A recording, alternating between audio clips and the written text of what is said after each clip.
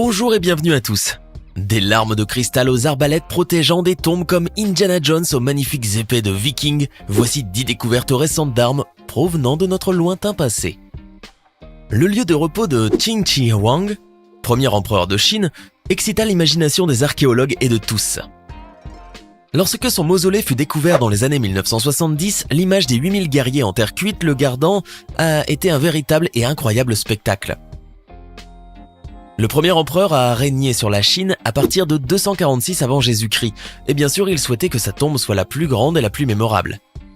Selon les rapports, 700 000 personnes ont travaillé sur le projet dans un contexte social strict, où la responsabilité collective était essentielle. Alors que les guerriers restaient debout, des personnalités cruciales de la dynastie Qin s'étaient éteintes au fil du temps. Des pièces telles que des armes tenues par les statues et ce qui est resté d'arbalètes, aux déclencheurs en bronze, montrent à quel point le temps et les efforts consacrés à leur fabrication avaient été importants et minutieux. Cette attention aux détails est impressionnante et va jusqu'aux déclencheurs, qui ont bien été composés de leurs 5 parties. Le seul mystère ici est de savoir comment ils ont été créés. En 2014, une équipe les a examinés de près et a établi qu'ils avaient été fabriqués comme une sorte de processus de chaîne de montage. On aurait pu croire que les chaînes de montage étaient des inventions assez modernes, mais le fait est que les Chinois les utilisaient déjà il y a des milliers d'années. En 2017, des experts ont commencé à trouver d'anciennes balles romaines dans un champ de Burnswark, près d'Édimbourg. La région aurait vu l'armée romaine construire le mur d'Adrienne, repoussant petit à petit les indigènes. Cela mena naturellement à des confrontations rendues encore plus meurtrières par l'utilisation d'une fronde, qui projetait sur l'ennemi des balles en plomb d'environ 50 grammes. On prétend qu'une fronde pouvait frapper une cible à une distance de 130 mètres. Sur ce site, les chercheurs ont découvert plus de 400 balles dont l'impact sur un pauvre crâne humain, qui était impressionnant. Quant aux balles fabriquées en grès, comme elles ne semblaient pas susciter suffisamment de peur, des trous y étaient percés, pour qu'elles fassent un énorme vacarme lors du tir. À ce jour, il existe de sévères divergences au sujet de cette région. Était-elle un champ de bataille ou un terrain d'entraînement pour les Romains? Mais peu importe à quoi elle servait, la fronde était en tout cas une arme redoutable.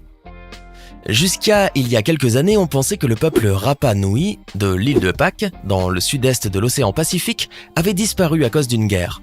Apparemment, ils auraient épuisé toutes leurs ressources et se seraient ensuite entretués, entraînant de fait leur disparition. Il semblerait qu'ils aient utilisé des armes en obsidienne ou en verre volcanique qui ont été trouvées sur l'ensemble de la zone. Seulement, tout a changé lorsque les armes en question se sont révélées être autre chose. Des experts de l'université de Binghamton, à New York, ont procédé à leur inspection de façon minutieuse et se sont rendus compte qu'elles avaient été conçues de la même manière que les armes traditionnelles, qu'elles paraissaient plutôt vicieuses mais qu'en réalité, elles ne causaient pas beaucoup de blessures. On pense que les armes à obsidienne en question fonctionnaient mieux comme outil que pour poignarder ou blesser. Et concernant l'extinction des Rapa Nui, il s'agissait en fait d'un peuple bienveillant qui a été affecté par l'arrivée des Européens au début des années 1700 par la maladie importée et le commerce des esclaves.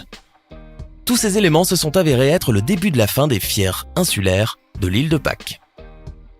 Diverses vieilles épées de vikings peuvent être trouvées dans différents musées et collections du monde entier, mais il y a environ une dizaine d'années, il a été remarqué quelque chose d'étrange sur certaines de leurs lames.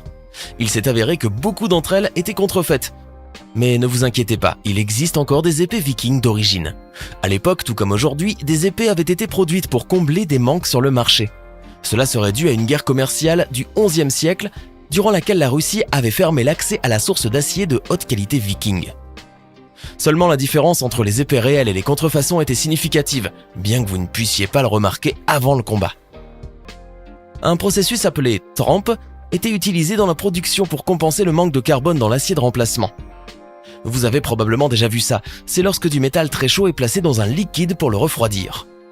Malheureusement, dans le cas des imitations, cela les rendait fragiles et susceptibles de se casser sous la contrainte. Donc, si vous étiez un viking, vous deviez vraiment regarder ce que vous rameniez de chez le fabricant d'épées avant de vous rendre au combat. Il est généralement admis que Genghis Khan, ce grand chef mongol, était un type avec lequel il était préférable de ne pas jouer. De toute façon, il serait maintenant compliqué de se disputer avec lui. Le fondateur de l'Empire mongol a été l'un des exemples les plus efficaces de puissance militaire que le monde n'ait jamais vu, mais il faut savoir que cela n'aurait pas été possible sans des conditions météorologiques favorables. Genghis Khan a effectivement eu de la chance, il a bénéficié d'un changement climatique important et de pluies abondantes. Mais comment ? Bien avant son règne, la Mongolie du XIIIe siècle souffrait de sécheresse. Puis, les conditions ont changé, offrant une succession de pluies qui se sont accompagnées d'une augmentation des températures qui provoqua une brusque poussée d'herbe. La présence de cette herbe, carburant numéro 1 des chevaux mongols, a favorisé l'avancée des armées du Khan.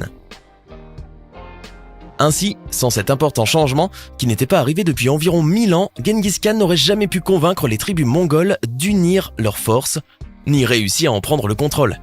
L'Académie nationale américaine des sciences a tenté de percer le mystère de ce phénomène météorologique en se rendant dans les célèbres montagnes du Gankai et en étudiant les anneaux à l'intérieur des arbres. Les étudiants de l'Université de l'Australie occidentale ont reçu un appel puissant de l'histoire de leur pays lors d'un voyage de l'île Rottnest, au large de Perth, lorsqu'ils ont repéré un fer de lance saisissant en verre d'un verre émeraude étincelant. Ce qui est étrange à ce sujet est que le verre vert n'est pas issu d'Australie. Alors, comment est-il arrivé là ? Eh bien, on trouve la réponse dans l'histoire trouble des îles, et croyez-moi, ce n'est pas la plus belle des histoires. Aujourd'hui, c'est une belle destination touristique, mais il y a 100 ans à peine, ce n'était pas franchement la joie. En effet, l'autre nom de l'île était Wajimup, mot aborigène signifiant endroit près de l'eau où les esprits se trouvent. En fait, entre 1838 et 1931, le lieu servait de prison pour les aborigènes et environ 4000 personnes y ont été détenues, tant hommes que femmes, et abandonnées, la plupart du temps à leur triste sort.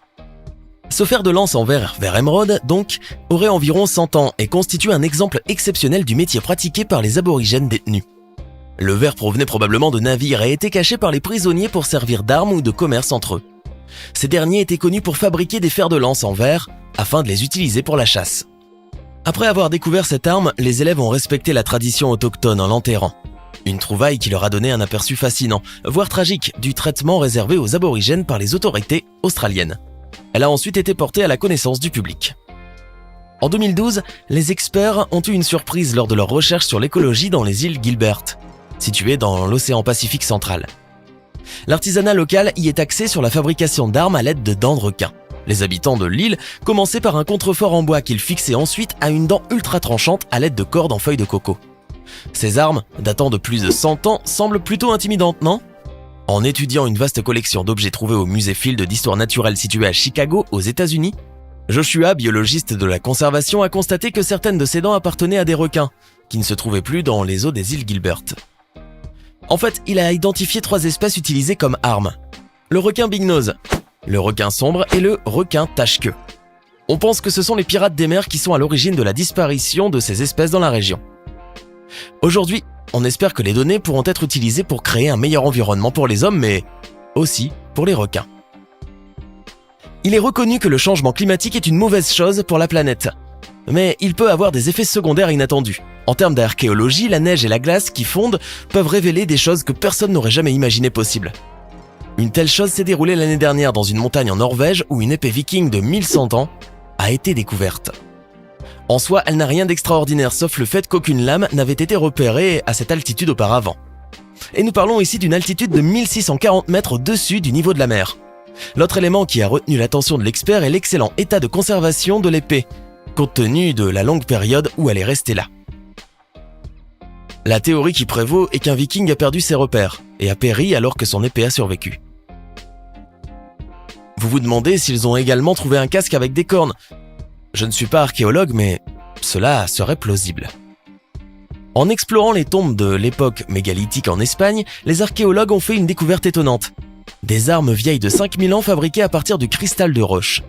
Celles-ci étaient cachées à l'intérieur de chambres faites de dalles d'ardoise, ce qui leur donnait des indices sur la société d'élite ensevelie sous le site.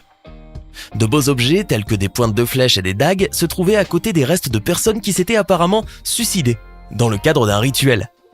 Et c'est particulièrement un poignard d'une épaisseur de 13 mm, d'une largeur de 59 mm et long de 214 mm qui a été pour eux une découverte intéressante.